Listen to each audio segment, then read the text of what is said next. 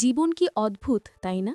যেই সম্পর্ক পৃথিবীর সবচেয়ে পবিত্র, যে ভাইয়ের হাত ধরে প্রথম হাঁটতে শিখেছেন, সেই ভাইয়ের হাতেই যদি আপনার জীবনের শেষ নিঃশ্বাস রচিত হয়, তাহলে সেই জীবনের মূল্য কি?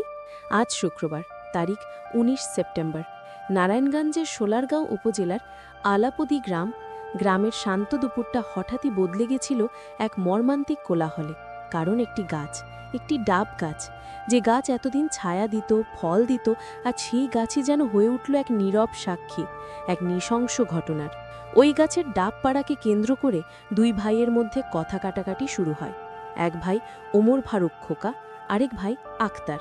কে জানত সামান্য ডাব বাড়া নিয়ে শুরু হওয়া এই বিতর্কটি এমন ভয়ঙ্কর পরিণতি বয়ে আনবে। তর্কাতর্কি থেকে হাতাহাতি, আর তারপর এক ভাইয়ের হাতে উঠে এলো ছুরি।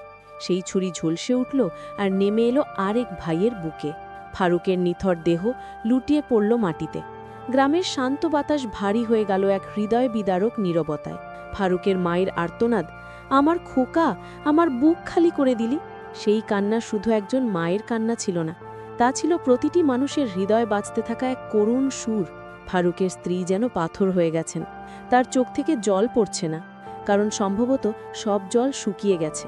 তার দুটি ছোট্ট শিশু, যারা হয়তো এখনও বোঝেনি তাদের বাবা আর কোনোদিন ফিরে আসবে না, তারা শুধু ফ্যালফ্যাল করে তাকিয়ে আছে। এই অসহায় চাহনি, এই নীরব শোক, যা কোনো ক্যামেরা ধারণ করতে পারে না, কোনো শব্দ প্রকাশ করতে পারে না। পুরো গ্রামে নেমে এসেছে এক থমথমে নীরবতা।